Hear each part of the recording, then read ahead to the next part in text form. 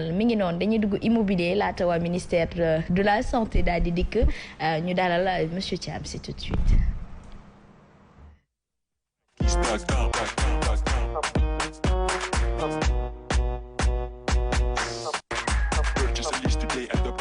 On va parler du rôle du notaire dans la transaction immobilière au Sénégal maanaam notaire lan moo di ab njëriñam ci mbirum dëkkuwaay.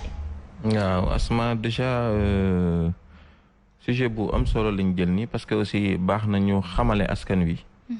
ak notaire ak li nga xam ne mooy njëriñam ci wàllu njëndam jaayu kër wala njëndam jaayu suuf ndax lu ñu bëri umpale la tey moom damay sax ci olof bi comme ñu bëri na nañ ma terme juridique yi dafay xaw a doy waar donc notaire bi déjà il faut ñu xam ne ku am solo la ci wàllu jënd ak jaayu kër wala suuf suñu war a jaay ndax am na suuf yoo xam ne waruñu koo jaay donc donte nekkul obligation nit dem ci kanamam waaye ñàkk a dem ci kanamam aussi dafa am lu bëri loo xam ne nii dala ci dabaat bu ëllëgee su fekkente ne dem nga ba bëgg a faire prévaloir tes droits opposabilité bi au tiers dafay jaar mu jaar ci notaire bi donc kiy jënd ak kiy jaay ku si nekk am nga droit jël sa notaire comme aussi ki nga xam ne ni mooy jaay mooy jënd rek aussi mën na jël notaire am à condition que yow aussi nga nangu notaire boobu au cas échéant da ngay mën nga jël sa notaire mu jël notaire am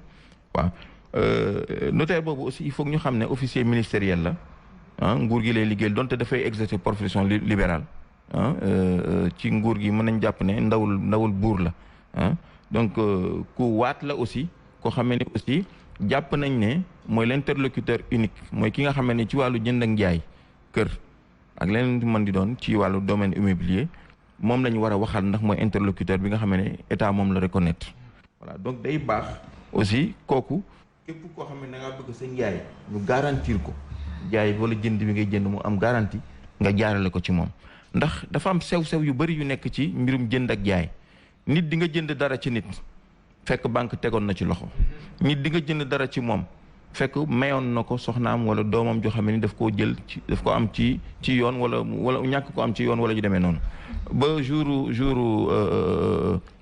miraas ba wala demee mu jékki-jékki ñëw ne kër gii de dañ ma ko mayoon lu koy prouver yooyu yëpp notaire def ciy baax parce que dafay garantir loolu mais ci kanamu yoon aussi dafay authentifier actes yi nga xam ne parce que maag paasan mën nañ jaayante kër parce que xamante nañu depuis ay at mu ñëw jaayante bind ay benn acte par exemple nii sur sein privé nga xam ne ni sama diggante moom la ci confiance parce que jamono njëkkee kàddu moo amoon waaw ñu dem ba jëmi jamono ñu war a authentifier loolu mu nekk loo xam ne dañ ko war a dëggal ci kanamu yoon war ko reconnaître xam ne lii njaay mi tegu na ci yoon tey dafa am charge yoo xam ne aussi au niveau de l'État muy ay timbre ak ay mutation ak ay procédures administratives yoo xam ne dafa war a dem moom notaire bi ci kanamu yoon pour ñu def ci seen tampe pour wane ne njaay mi am na yoon nangu na ko su dee ci wàllu publicité bi aussi il faut que mu mën ko publier parce que dafay am publication waaw loolu yëpp nag dafa nekk du ressort du notaire bi moo ko war a def notaire bi yemul foofu moom notaire bi parce que dafa am aussi Aïcha di jaajëfal bu baax a baax waa ministère de la santé merci beaucoup. On est dans un sujet super quand même sérieux qui est l'importance du notaire monsieur Thiam. voilà donc Asma niñ ko waxee woon sànq avant waa ministère di ñëw. notaire lu am importance la ci mbirum njënd ak jaay ak ci maanaam leeral mbirum njënd ak jaay. surtout que jamono ji maanaam kaddu dafa xaw a tumuranke voilà donc comme ni ñu ko waxoon sànq soo amee koo xam ne donte wóolanto ngeen war a jëflante ci wàllu njënd ak njaay il faut tôt ou tard ngeen dem ci notaire bi xam nga parce que mooy tax acte bi yoon mun ko reconnaître bu ëllëgee su fekkente ne ay litige am na ñu mun ko opposer aux tiers notamment aux banques notamment aux personnes avec lesquelles on a des antécédents on a des problèmes judiciaires donc lu jar a bàyyi xel la wax nañ ko aussi wax ne notaire bi lépp lu mu rédiger acte bu mu rédiger bu ne dafay am valeur u preuve waaw day am valeur u preuve ndax tey jii suñu la laajoon nga dem banque ne maanaam dama bëggoon prêt pour tabax sama kër lii wane na sa kër la il faut que mu nekk un acte notarié authentifié bu leer na ne notaire bi jël na ko enregistré nañ ko publier nañ ko publication bi aussi day am njariñ ndax bépp vente bu ñu publier dina tax képp koo xamee ne am nga intérêt ci vente boobu su fekkente ne am na ay vices cachés comme ay luñ ciy nëbb nga mën a manifester wu te loolu yëpp notaire moo koy mën a def donc notaire du yem ci yooyu da lay conseiller orienté la tey jii am nga soxna soo xamee ni nit ñi yëguñu ko comme li xaw a di fay ñu naan takk suuf nangam nga yor ay kër yu bëri bëgg ko koo may kooku il faut nga waxtaan ak moom déjà mu pour mën a authentifier loolu mun koo garantir sur le plan juridique ba bu ëllëgee su taxawee di revendiquer bien boobu du am luñ ciy wax. ñu bëri nag dañuy xaw a ragal mbirum notaire dañ naan notaire moom jàpp nañ ne mbirum borom barke la te fekk du loolu du mbirum borom barke. ni nga mën a amee doom dem wutal ko extrait de naissance ci officier d'état civil bi mu vérifier ko def ci cachet sinon du valable ni nga mën a demee aussi am acte de mariage dem ci officier d'état civil mu def ci cachet mu jox la sa livret de famille ñu authentifier ne mariage bi am na donte am na ay témoins bokkul ak li nga xam ne nii mooy acte de vente ak titre de propriété donc loolu dafa jara xam ñu bëri dañ koy daw aussi ndax frais yi naan xëy na dafa cher comme ni mu ko waxee affaire wu borom barke la te fekk dafa am aussi ay tarifs yoo xam ne ñoom dañ leen koo tegal parce que nag dañoo nekk ci corps boo xam ne dama leen ay officiers ministériels lañu donc afa am loo xam ne aussi ci yoon moo tënk frais yi la mënuñu laa fayeeku n'importe comment très souvent dañuy am entre su fekkente ne kër gu màgget la boo xam ne kër gi maanaam beesul dañuy dem très souvent entre 5-6 ba 8% ci montant wu kii bi valeur kër gi su dee kër gu bees la mën nañ dem entre 1,7 2 ba 3 ça dépend ci différents départements yi pratiquement donc loolu aussi jar a xam la frais de mutation yi aussi daf ci bokk ndax soo jëndee kër dañ ko war a dindi ci kër turu kii def ko ci turu ka ca des loolu aussi mutation boobu notaire bi moo koy def ça tourne autour de 5,8% aussi ci valeur kii bi donc yooyu yëpp day ñëw yokk ci charge yi mooy tax ñu jàpp ne xëy na frais notaire dafa cher fekk déedéet yooyu yëpp ay garantie la ak ay timbre ay fiscalité yoo war a fay ci diggante nguur gi ak yow pour sa njaay wala sa njënd mën a valable donc loolu lu jar a xam la ñu ngi sant maître André Kenny normalement moom waroon a nekk sunu invité parce que aussi il faut ñu jox parole ñi nga xam ne ni ñooy personne ressource mais dafa feebar il était disposé voilà donc il suit le plateau aussi ñu leen di jottali aussi nuyoo waa Mbour bi ma demoon ci week-end bi vraiment ñëpp di leen kii waa bustaan foofu noonu di leen jox seen kii ñoom Isma Thiam et ainsi de suite ak mécaniciens yi fa nekk ak tôliers yi fa nekk yëpp. dañuy jàll ci suñu ab éphéméride bu ko defee rek incha allah ñu mën a wax askan wi li fi jot a xew. ci jamono ci bés bi ci ay jamono nous sommes aujourd'hui le 12 avril 2021 nous retournerons en 2016 l'ouverture à Dakar d'une rencontre d'experts en cybercriminalité on parle du digital. noo ko gisee woon est-ce que ça a avancé de 2016 à aujourd'hui? Bon, déjà, initiative, c'était bien. C'est toujours intéressant, vu le contexte àdduna bi fi ñu toll et tout. Mais est-ce que xam nga ni cybercriminalité boobu? Ndeysaan boobu fekk na chinois yi jiitu nañu ci bu yàgg ñoom ba tëj seen ñoom fexe nañu ba ay Google gii sonaluñ leen. nan lañ def?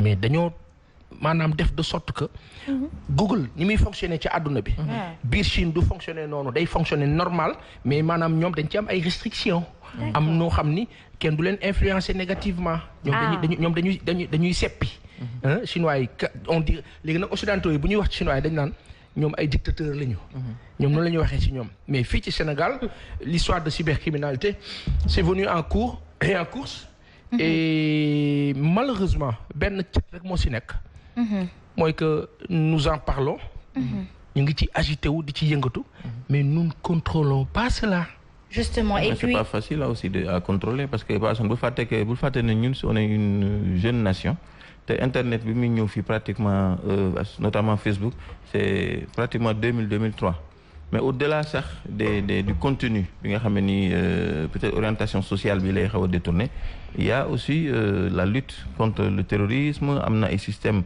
de sécurité notamment par exemple le CIPAO nga xam ne système d'information policière de l'Afrique de l'Ouest nga xam ne dañuy travailler dans le cadre de l'OHADA harmonisation loi yi sur la sécurité gendarmerie police DIC xam nga yooyu c'est important. xamul lu tax dimbali aussi. tu as parlé du contrôle dans le sens presque physique du terme. au niveau local.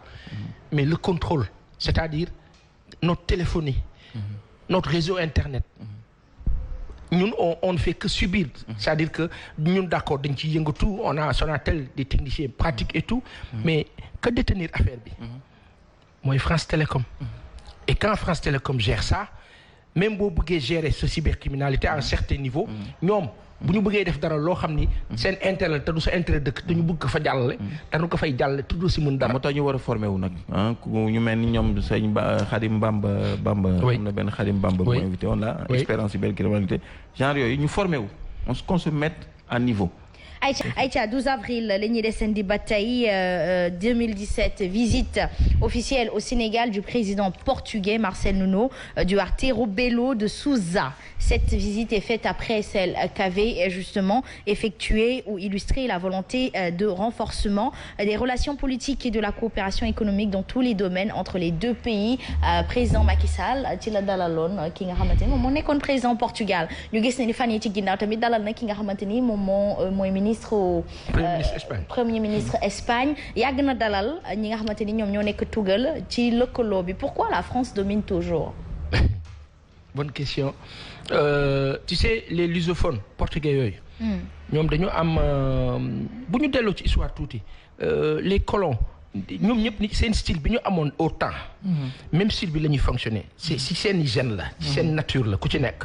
lusophones yi anglophones yi anglo-saxons yi français yi les latinos yi. mooy français italien nangam. mais li si xaw a yéeme mooy que sur le plan de la géostratégie. le Sénégal est l'un des pays les plus incontournables waxuma d'Afrique de. au monde. Le méridien de Greenwich. nous traverse non. Nous sommes le centre du monde. Tout à fait. ñun dañ koy sax xaw a fàtte quoi c'est-à-dire le nez de l'Afrique le bout du nez là de l'Afrique là. ñun la. mais nous sommes le centre du monde. c'est-à-dire que penku ak sow. foofu nag dinaa xaw a sopp tuuti. xam naa ba demee fii si xunt bi. daa gis garab yëpp dañoo sujjoot nii. jublu penku. day julli. c'est éternel pour wax la yàlla ni mu yéemee. grotte boobu ñu naan grotte Baay Laay alayhi salaatu wa salaam. Seydina Muhammad sallallahu alayhi wa sallam la bindoo. jàkkaarloo géej gi. dégg na la wax bi. waaw. pour wax la ni Sénégal nekkee une terre bénie. mais ñoo fi dëkk. te réaliser wuñu ko. moo tax àdduna bi ñoom ñi comprendre. ñoom dafa am toujours nu ñuy utiliser. et les portugais oui da ngay wax joo xam ne ni bis fu nekk duñ ci bàyyi xel. mooy ban wax. on a raté le coche. dès le départ. c'est lequel. wallaay gis nga pendant même avant les indépendances bi ñu colonisé. amoon nañ mag ñu dëgër. ñu am pas-pas. tu te rappelles que Lamine Gueye. Bakar Wali. sa maam. Lamine Koura. bi muy wax général de Gaulle ne ko Lille njëkkut a nekk commune de plein exercice Saint-Louis bi ma juddoo. waaw rapidement s'il vous plaît. dëgg la nuyonte leen kon ma wax man ci wàllu citoyenneté française lu may def. ce qui a envoyé la loi de 46 qui a étendu la citoyenneté française au-delà des 4 communes yi nekkoon Gorée Saint-Louis Dakar ak Rufisque. c'est le courage politique. Blaise Diagne bi ñu ko nommé commissaire recruteur mu ne su ma wàccee Sénégal du ma nuyu benn tubaab te na ngeen rendre-moi les honneurs. ba Ngalaan ba Vanvo le gouverneur Vanvo démissionné parce qu'il ne voulait pas lui rendre des hommages. taxawaay yooyu lañ soxla.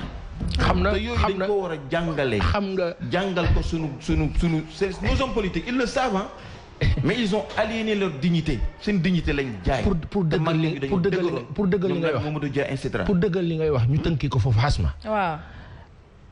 est-ce que xam nga lu tax Lamine ak Senghor ñu jaxase leen. xulil xasma. Lamine Bakar xam nga lu tax ñu jaxase ko ak Senghor. Lamine bii nga xam ni moom mooy ñoom président Ablaye Wade bourse. dañ ko jaxase ak Senghor parce que Lamine ci gis-gisam. dafa jàppoon ni ñun dañoo war a nekk bloc. mu Lamine bi nga xam ni dafa jege woon Maliens yi. bëggoon Sénégal ak Mali. nekk benn dëkk ñu am doole. ñu dem vers la fédération du Mali. tout à fait mais xam nga lu nasaraan def. dafa provoqué Senghor. ci kaw Lamine Gueye. ñu jote opposé wu. ñu dooleel Senghor. parce que Maliens yi. bëgguñu woon Senghor jiite fédération bi. Mamadou Dia bii nga xam ni moom la Senghor waroon. ndeysaan moom jàppale Senghor. jàpp ni voilà loyauté. malheureusement. ba ñu dee Senghor jiitul affaire yi kii. ñoom Modibo Keïta bi ñëkkoon nekk président fédération bi. génnaat ci affaire bi ñu daal tas fédération bi fa tas boobu nag. moo jur yàqu raay baak yëpp ba fi ñu toll donc ñoom dañoo am benn malheureusement portugais yi ak anglais yi ils sont plus francs hélas ils sont pas si présents que cela